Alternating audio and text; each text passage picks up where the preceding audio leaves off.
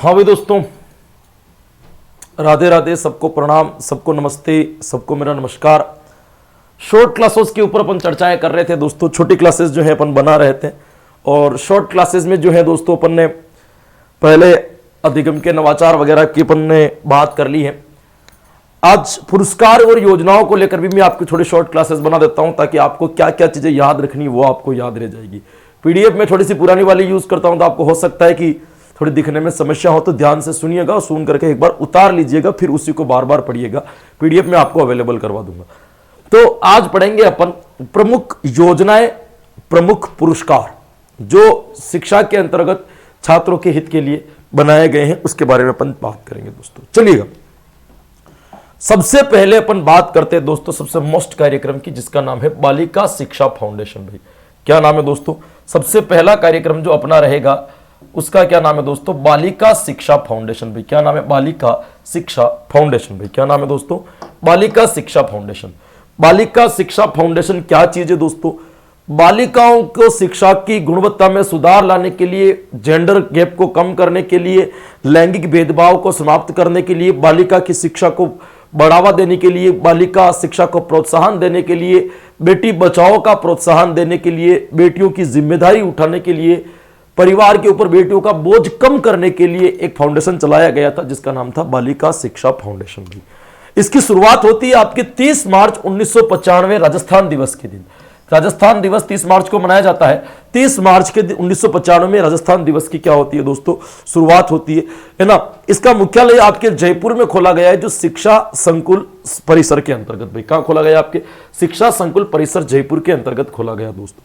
जब इसकी शुरुआत की गई थी तब राज्य सरकार ने इस योजना के अंतर्गत 1 करोड़ का इन्वेस्टमेंट किया। राज्य सरकार की तरफ से 1 करोड़ रुपए जो है उस वक्त दिए गए थे और उस वक्त हमारे सीएम जो थे, हमारे मुख्यमंत्री जो थे 1995 के अंतर्गत, वो थे आदरणीय भैरव सिंह जी शेखावत साहब, जिन्होंने 1 करोड़ रुपए की इतनी बड़ी राशि के साथ बालिका शिक्षा बढ़ावा देने के लिए इस प्रकार की योजना का प्रारंभ किया था दोस्तों। भैरव सिंह जी शेखावत उस वक्त के मुख्यमंत्री हुआ करते थे। मुख्य लक्ष्य क्या था? मेन टारगेट ये था बालिका शिक्षा को बढ़ावा देना, बालिका शिक्षा को प्रोत्साहन देना, एक योजना था दोस्तों। उस वक्त इसके अंदर 1 करोड़ रुपए दे दिए गए थे, लेकिन वर्तमान में आपको पता है कि इसका जो फंड 1 करोड़ से नहीं चलेगा, क्योंकि बालिका शिक्षा फाउंडेशन के अंतर्गत कई प्रकार की योजनाएं आती है और उसको उठाने में खर्चा लगता है। कई प्रकार की स्कॉलरशिप दी जाती है, कई प्रकार के जो है वहां पे आपके आवासीय विद्यालय चलते हैं, तो उनका खर्चा कैसे उठेगा? इनके खर्चे के लिए क्या किया दोस्तों कि राजस्थान के अंदर जितने भी निजी शैक्षिक संस्थान अपनी मान्यता लेते हैं, निजी शैक्षणिक संस्थान अपनी मान्यता लेते हैं, तो मान्यता लेने के दौरान वो सरकार के पास में कुछ पैसे जमा करवाते हैं। तो उस मान्यता के पैसों का सारा इन्वेस्टमेंट बालिका फाउंडेशन के अंतर्गत किया जाता है। निजी शिक्षण संस्थानों की मान्यता देने पर जो पैसे दी जाती है, जो राशि जमा करवाई जाती है, उस राशि का जो खर्च होता है वो किसके ऊपर होता है दोस्तों? बालिका शिक्षा फाउंडेशन में होता है। ये वर्तमान में बालिका शिक्षा फाउंडेशन के आय का जरिया है। अब देखिए वर्तमान में मान्यता राशि क्या चल रही है, तो जो लोग कक्षा पहली से लेकर के 8वीं तक की विद्यालय की मान्यता लेते हैं उनके 10,000 रुपए राशि चल रही है। कक्षा 9 से लेकर के 10वीं तक जो मान्यता लेते हैं उनके चलती है दोस्तों 50,000 रुपए, और कक्षा 11-12 के अंतर्गत जो मान्यता ले रहे हैं दोस्तों उनके 70,000 रुपए तो एक बार लगते एक संकाय के। यदि वो उसके अंदर और संकाय इंक्लूड करना चाहते हैं तो प्रति संकाय उनको आपको 30,000 रुपए की राशि अतिरिक्त जमा करवानी होगी। ये आपको निजी सेक्शन, इसके बारे में बालिका शिक्षा फाउंडेशन के बारे में क्या रखना है दोस्तों? ध्यान रखना है। पहली से 8वीं 10,000, 9वीं से 10वीं 50,000, कक्षा 11 से 12 70,000 और प्रति संकाय 30,000 रुपए की राशि उनको अतिरिक्त देनी पड़ेगी यदि वो क्या कर रहे हैं दोस्तों? एक संकाय के अतिरिक्त अपना संकाय और जोड़ रहे हैं। तो ये बालिका शिक्षा फाउंडेशन के बारे में याद रखना है। आइए बात करते हैं कि बालिका शिक्षा फाउंडेशन के अंदर संचालित करने के लिए 2 प्रकार की समितियों का दोस्तों गठन किया गया था। एक समिति का नाम था शासी परिषद और एक समिति का नाम था कार्यकारिणी, या इसको अपन किस नाम से जानते हैं? निष्पादन समिति। बात करते हैं शासी परिषद क्या होता है दोस्तों? शासी परिषद एक राजनीतिक स्तर पर बना गया एक ढांचा है, एक राजनीतिक स्तर का संगठन है दोस्तों। इसका काम राजनीतिक स्तर पर किया जाता है, जिसका अध्यक्ष मुख्यमंत्री होता है और उपाध्यक्ष जो है वो शिक्षा मंत्री होता है। निष्पादन समिति की बात करें दोस्तों, इसका निर्माण प्रशासनिक स्तर पर गठित किया जाता है। यह भी प्रशासन, सरकार का कंटेंट, यानी कि यह प्रशासनिक ढांचा है और यह एक प्रकार का एक राजनीतिक ढांचा है। प्रशासनिक ढांचे की अगर बात करें दोस्तों तो इसका जो मुख्य सचिव होता है, अध्यक्ष जो होता है, वो शिक्षा आयुक्त का मुख्य सचिव होगा, और शिक्षा सचिव जो होता है वो इसका उपाध्यक्ष होता है। ये आपको इसके दोनों के बारे में याद रखना है, शासी परिषद के बारे में भी और किसके बारे में, तो दो संस्थाएं, शासी परिषद राजनीतिक स्तर पर और आपके कार्यकारिणी कौन सी हो जाएगी दोस्तों, प्रशासनिक स्तर पर। यह आपको इसके संदर्भ में याद रखना है। फिर बात करते हैं दोस्तों इसके अंदर कौन कौन से पुरस्कार जो हैं इसके अंतर्गत दिए जाते हैं, कौन कौन सी चीजें जो हैं इसके अंतर्गत दी जाती है दोस्तों, तो ध्यान रखिएगा। इसके अंदर दिए जाते हैं दोस्तों, बालिका शिक्षा फाउंडेशन के अंदर सबसे महत्वपूर्ण पुरस्कार आता है दोस्तों, जिसका नाम है गार्गी पुरस्कार। भाई क्या नाम है दोस्तों, गार्गी पुरस्कार। गार्गी पुरस्कार प्रत्येक बच्चे जानता है, किसी भी बच्चे को पूछ लो सबको पता है।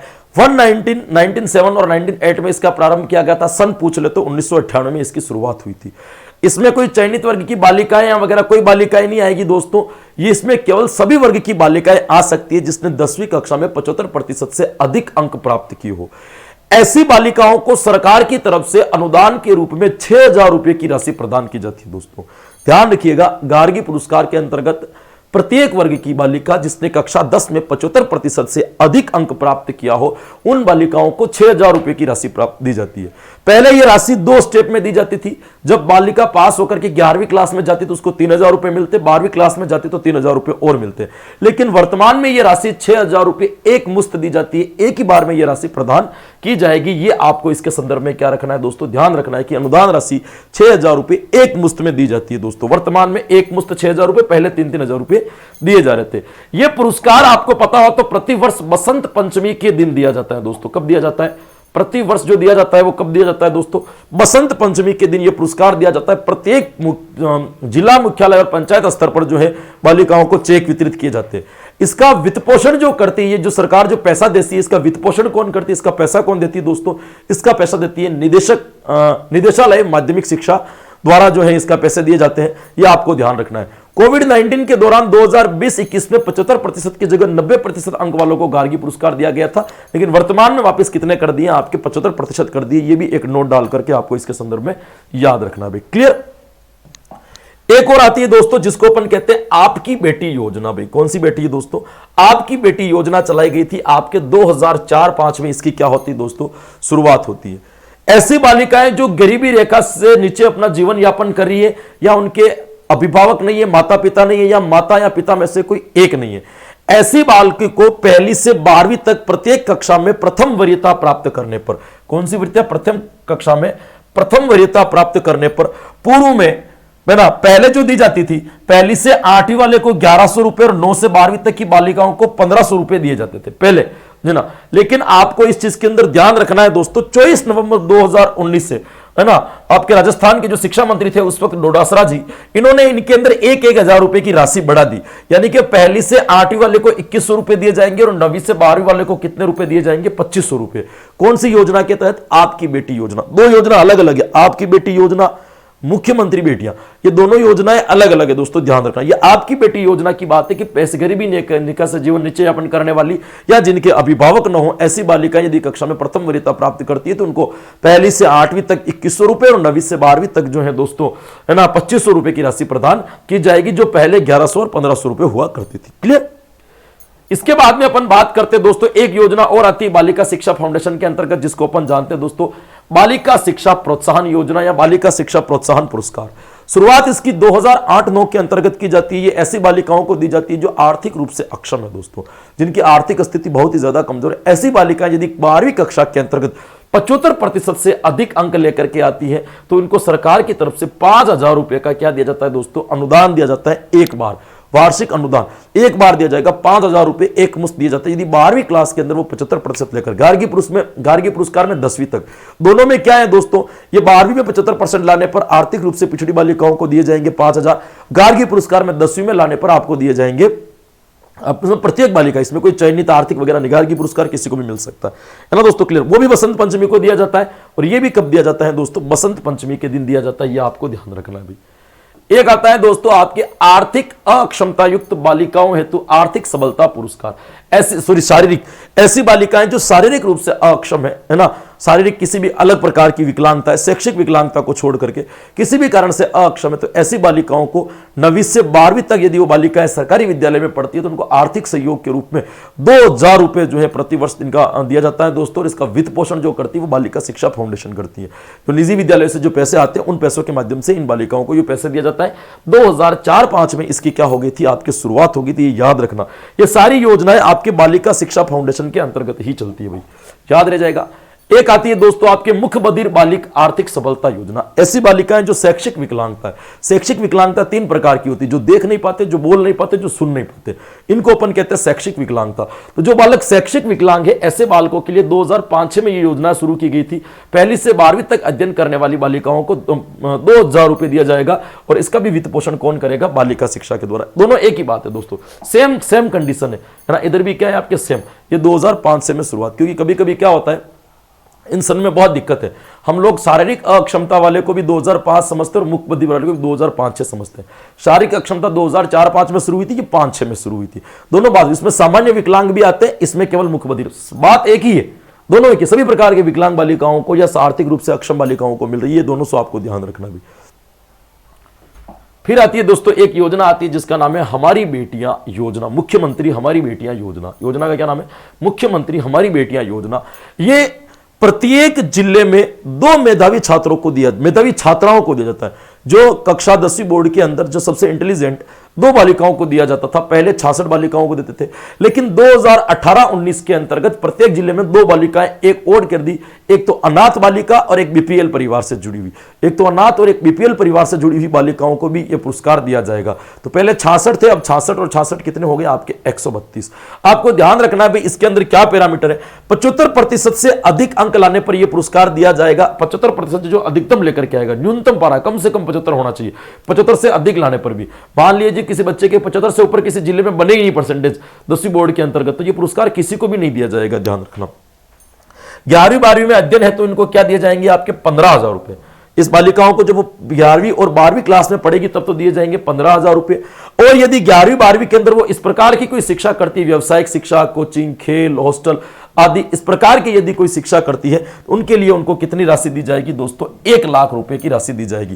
टोटल बात करें तो इनको कुल कितनी राशि प्रदान की जाएगी दोस्तों, इनको कुल राशि प्रदान की जाएगी 1,15,000 रुपए। भी कितनी राशि प्रदान की जाएगी दोस्तों, 1,15,000 रुपए की इनको टोटल राशि 11वीं-12वीं के अंतर्गत प्रदान की जाती है।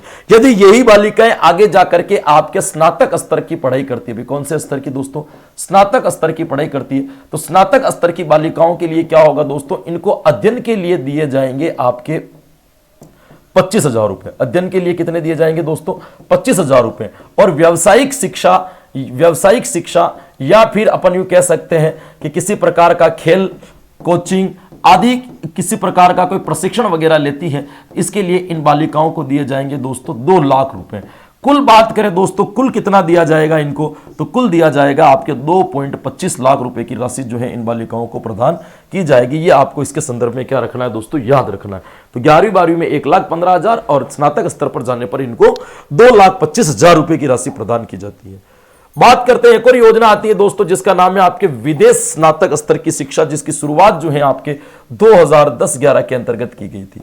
इसमें क्या होता है दोस्तों, कक्षा 10 में प्रथम स्थान प्राप्त करने वाली छात्राओं को, है ना, राज्य स्तर पर प्रथम स्थान प्राप्त करने वाली छात्राओं को क्या किया जाता है दोस्तों कि प्रथम 3 जो रहती है, प्रथम 3 स्थान जो लेकर के आती है राज्य के अंतर्गत, उनको क्या किया जाता है दोस्तों, विदेश शिक्षा के लिए भेजा जाता है, जहां पे सरकार उनको सालाना 25 लाख रुपए तक खर्च करेगी और अधिकतम 3 वर्ष तक, भाई कितना खर्च करेगी दोस्तों, अधिकतम 3 वर्ष तक जो है ये खर्च कर सकती है ना। वर्तमान में ये योजनाएं आपको इसके संदर्भ में ध्यान रखनी है। विवेकानंद मॉडल स्कूल के अंदर एक बालिकाओं को, विवेकानंद जो मॉडल स्कूल चलती है उसमें कितनी बालिकाओं को विदेश स्तर की शिक्षा के लिए भेजा सकता है, क्या याद रखोगे, केवल 1 बालिकाओं को भेजा जाता है। बाकी सामान्य विद्यालयों के अंतर्गत आपको याद रखना है, वो कितना रखना है दोस्तों, 3।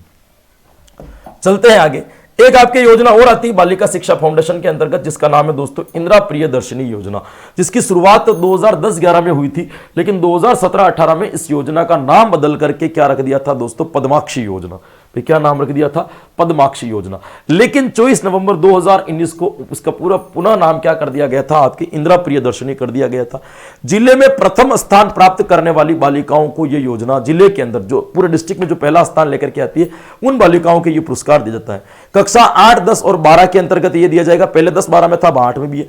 कक्षा 8 में प्रथम स्थान आने वाली बालिकाओं को 40,000 रुपए, कक्षा 10 में प्रथम स्थान लाने पर 75,000 रुपए और कक्षा 12 में पुरस्कार लाने पर उनको कितने दिए जाएंगे दोस्तों, 1 लाख रुपए दिए जाएंगे। लेकिन प्रथम स्थान आने के लिए कम से कम कितने प्रतिशत का होना जरूरी है, कम से कम 60% अंक का होना जरूरी है। यदि 60% से कम अंक है और भले उसने जिला टॉप किया हो, उसको यह पुरस्कार नहीं दिया जाएगा। न्यूनतम प्रतिशत 60% होना जरूरी है। 19 नवंबर के दिन जो है दोस्तों ये पुरस्कार जो है बालिकाओं को दिया जाता है, याद रखिएगा, इंदिरा प्रियदर्शनी पुरस्कार। एक योजना और आती है दोस्तों, नन्ही कली योजना, जिसकी शुरुआत 2006-7 के अंतर्गत उदयपुर में की गई थी।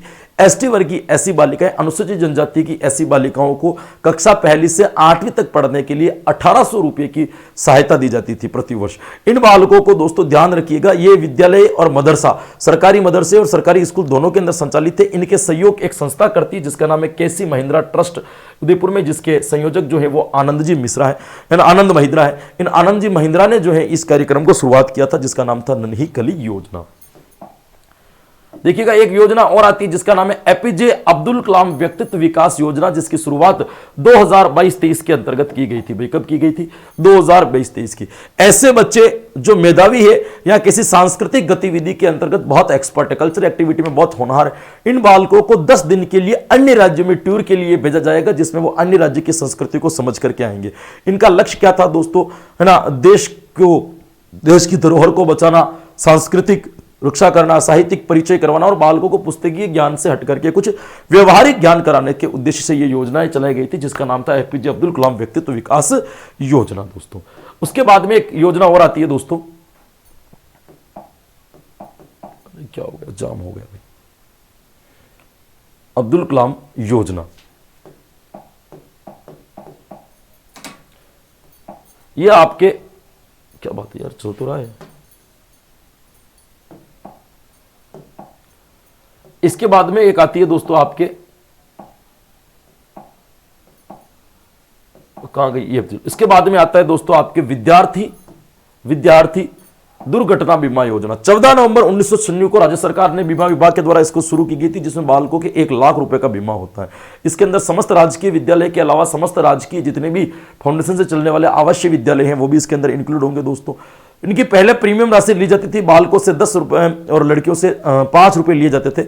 लेकिन 2022-23 से ये प्रीमियर लेना बंद कर दिया। प्रत्येक विद्यार्थी को 1 लाख रुपए का बीमा दिया गया, जिसमें यदि विद्यालय स्तर पर किसी भी प्रकार की कोई दुर्घटना होती है तो उनके परिवार को 1 लाख रुपए की सहायता इसके आधार पर की जा सकती है। उसके बाद में एक आई थी दोस्तों योजना जिसका नाम है सैनिटरी नैपकिन योजना। बहुत अच्छी योजना, केवल राजस्थान में चलती है ये। 8 मार्च 2016 को इसको शुरुआत किया गया था दोस्तों। एक योजना थी आईएम उड़ान योजना, उसके तहत शुरू किया गया था। 6ठी से 12वीं तक पढ़ने वाली बालिकाओं को प्रति माह 12 सैनिटरी नैपकिन जो है दिए जाते हैं, जिसके लिए उनके महामारी के वक्त जो गंदे कपड़े से होने वाली बीमारियां जो होती है उनसे बचने के लिए, उनको सुरक्षित करने के लिए सैनिटरी नैपकिन योजना शुरू की गई थी। 6ठी से 12वीं तक की बालिकाओं के लिए शुरू की गई थी दोस्तों। आपको ध्यान रखना है भाई, है ना। कितने दिए जाते थे, 1 महीने के अंदर 12 पैड जो है इनको उपलब्ध करवाए जाते थे। फिर आते हैं दोस्तों मुख्यमंत्री बाल गोपाल योजना की बात करें दोस्तों। मुख्यमंत्री बाल गोपाल योजना की घोषणा 2022-23 को की दी और नवीनतम डाटा के अनुसार 29 नवंबर 2022 से इसको संचालित कर दिया गया है विद्यालय के अंतर्गत। क्या कर दिया, 29 नवंबर से 2022 से इसको संचालित किया गया दोस्तों, जिसमें मिल्क पाउडर इनको हफ्ते में 2 दिन पिलाया जाएगा। दूध के पाउडर से दूध बना करके हफ्ते में 2 दिन पिलाया जाएगा, मंगलवार और शुक्रवार तक, 1 से 8वीं तक के बच्चे को, है ना। 1 से 5वीं वालों को 150 ml और आपके 200 ml पिलाया जाएगा आपके 6ठी से 8वीं वाले बच्चों को पिलाया जाएगा। इसका जो ऑपरेट करने वाली संस्था है जिसका नाम है ऑपरेटिव डेयरी फाउंडेशन, RCDF के नाम से, जो जयपुर में संचालित है, डेयरी संघ के द्वारा इसकी संपूर्ति की जाएगी। थैली के ऊपर नाम बाल गोपाल लिखा हुआ आएगा, ये आपको ध्यान रखना है। बाल गोपाल योजना हाल ही में नहीं है, करंट से और दोनों से जुड़ी हुई है, तो यहां से प्रश्न आ सकता है। मुख्यमंत्री निःशुल्क ड्रेस घोषणा की शुरुआत 2021-22 को कर दी गई थी। कक्षा 1 से 8 तक के विद्यार्थियों को 2 सेट ड्रेस उपलब्ध करवाई जाएगी। भाई कितने सेट उपलब्ध करवाई जाएगी, 2 सेट। इसका प्रारंभ कब हो गया था, 29 नवंबर 2022 से इसकी शुरुआत हो चुकी थी। आपको यह ध्यान रखना है, प्रारंभ हो चुकी शुरुआत, जिसमें इनको सिलाई के लिए 200 रुपए की राशि दी जाती है 2 ड्रेस सिलवानी है उनको, 2 ड्रेस का कपड़ा और 200 रुपए जो है इनको सिलाई के लिए दी जाएगी, जो सीधे बालकों के खातों में जो है उपलब्ध करवाई जाएगी। यहाँ पे आपका ड्रेस कोड भी चेंज हो गया है। इसके अंदर लड़कों के डार्क ग्रे पैंट और हल्की नीली शर्ट, लड़कियों के डार्क ग्रे सलवार, हल्के नीले रंग का कुर्ता और ग्रे रंग का जो है उनके दुपट्टा रखा गया है। ये भी आपको इसके संदर्भ में ध्यान रखना है भाई। एक आती है आपके लैपटॉप वितरण योजना दोस्तों, 2013-14 में प्रारंभ की गई थी, पुनः प्रारंभ ये 2022-23 के अंतर्गत थी। 10वीं 12वीं में 75 अंक से अधिक प्राप्त करने वाले मेरिट में आने वाले छात्रों को आपको ये दिया जाता है दोस्तों, लैपटॉप वितरण किया जाता है। संस्कृत विभाग में भी ये दिया जाता है। संस्कृत विभाग में 8वीं कक्षा के 1% बालकों को, प्रवेशिका के 2% तथा वरिष्ठ उपाध्याय के 2% बालकों को जो है आपके ये लैपटॉप वितरण दिया जाता है। प्रवेशिका मतलब 10वीं, वरिष्ठ उपाध्याय का मतलब हो जाता है आपके 12वीं। यहाँ पे अंक को जो है वो 70% है। वो जनरल स्कूल में जो अंक है वो आपके कम से कम 75% होना चाहिए, जो मेरिट में आने वाले छात्रों को दी जाती है, याद रखिएगा। एक आती है आपके बाबा जीवन योजना, जिसकी शुरुआत 8 मई 2008 को की गई थी, जिसका मेन लक्ष्य था कि प्रतिष्ठित लोग, भामाशाह वगैरह जो पैसे वाले लोग होते उनसे खाद्य सामग्री लेकर के बालकों को भोजन उपलब्ध करवाना इनका मेन टारगेट था। और इनको ध्यान में रखते हुए इन्होंने एक योजना चलाई थी जिसका नाम था बाबा जीवन योजना।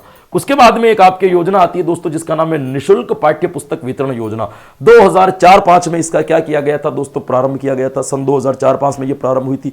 कक्षा 1 से 8 तक के विद्यार्थियों के लिए इस योजना का शुभारंभ किया गया था। वर्तमान में पहली से लेकर के 12वीं तक, वर्तमान में पहली से लेकर के 12वीं तक के सभी बालकों को जो है आपके ये निःशुल्क पाठ्य पुस्तक योजनाएं उपलब्ध होती हैं, जिसमें ऐसे लोगों को नहीं दी जाएगी जिनके पिताजी या माताजी टैक्स भरते हैं। जो लोग आयकर देते हैं उनके बच्चों को छोड़ करके सभी बालकों को यह पाठ्य पुस्तक वितरण योजना के तहत निःशुल्क पाठ्य पुस्तक क्या करवाई जाती है दोस्तों, उपलब्ध करवाई जाती है। एक आती है दोस्तों आपके इंस्पायर्ड अवार्ड योजना। इंस्पायर्ड अवार्ड योजना 2009 में प्रारंभ की गई थी। विज्ञान तथा प्रौद्योगिकी विभाग द्वारा इसकी शुरुआत की गई थी। विज्ञान विषय में बालकों को रुचि उत्पन्न करने के लिए कक्षा 7, 8, 9, 10 के अंतर्गत जो बालक विज्ञान के अंदर अच्छी परफॉर्मेंस करते थे उनको मॉडल निर्माण के लिए 5000 रुपए की छात्रवृत्ति प्रदान की जाती थी। यह आपको इंस्पायर्ड अवार्ड योजना के बारे में क्या रखना है दोस्तों, ध्यान रखना है। उसके बाद में आती है दोस्तों आपके एक जेमन समिति। यह नॉर्मल सी बात है, कुछ नहीं है। जेमन समिति एक ऐसी थी जिन्होंने पहली कक्षा से अनिवार्य, जेमन समिति एक ऐसी संस्था थी जिसने कक्षा 1 से जो है आपके अंग्रेजी विषय को अनिवार्य विषय बनाने के ऊपर जोर दिया था, जिस संस्था का नाम क्या है आपके जेमन समिति। ये आपको इसकी शुरुआत 2004-05 में हुई थी। ये कुछ संस्थान है जो मैंने 15-20 मिनट की क्लास के अंतर्गत आपको 10, 12, 15 योजनाओं के साथ में एक बार टच करवाया है। एक क्लास में और बनाऊंगा जिसके अंदर आपकी योजनाएं कंप्लीट हो जाएगी। तब तक के लिए राधे राधे, जय हिंद। मेरे बोलने की स्पीड तेज है, मैं तेज इसलिए बोल रहा हूँ, धीमे इसलिए बोल रहा हूँ क्योंकि ये रिविजन से जो आपको याद रखना है। फास्ट क्लास का मतलब, स्मार्ट क्लास का मतलब तेज गति से कोर्स होना, और तेज गति से कोर्स होने के लिए तेज बोलना पड़ता है, तभी तो स्मार्ट क्लास होगी। बाकी तो स्मार्ट क्लास क्या हो जाएगी, यदि मैं इसको 5 घंटे तक पढ़ाऊंगा तो कैसे स्मार्ट क्लास कहलाएगी। टाइम तो कम लेना पड़ेगा। मेन डाटा जो है मैंने आपको लिखवा दिया। Thank you so much. कल फिर मिलेंगे नई क्लास के साथ में, तब तक के लिए राधे राधे।